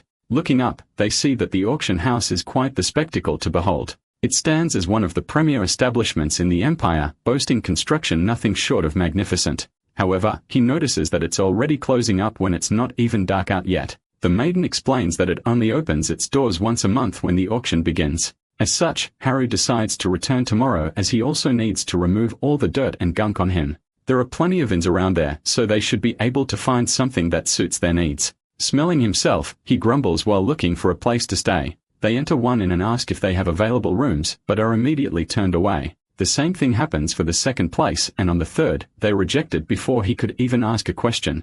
Apparently, all places are fully booked due to the monthly event held by the auction house. Haru falls to his knees, wondering if they're really going to end up sleeping on the floor. Just then, someone calls to them. An old lady gently asks if she can help them with anything, but the zombie quickly turns her away. To his surprise, she correctly guesses that they've tried and failed to find a hotel. Fortunately, it just so happens that her family's aunt has available rooms and can cater to them. Excited over the news, he rushes to her, nearly hugging her as he asks the old lady to take them there. With this, she leads the way to their lodging. Dorothy can't help but feel suspicious of the lady's smile, but Haru is sure she can't take them anyway. They reach the hotel soon enough and enter without trouble. The woman hands the key over and reminds them to just check out tomorrow at noon. Confused, he looks at her and tells her to wait. There are 4 of them there, but only 1 key was given. Since tomorrow is the busiest day of the month, the store is buzzing with visitors and this is the last room open. He bashfully looks at the 3 women. When asked what they want to do, no one seems to have any problem with staying in the same room. His heart beats fast, wondering if after 3 decades of hibernating, his luck with romance has finally awoken.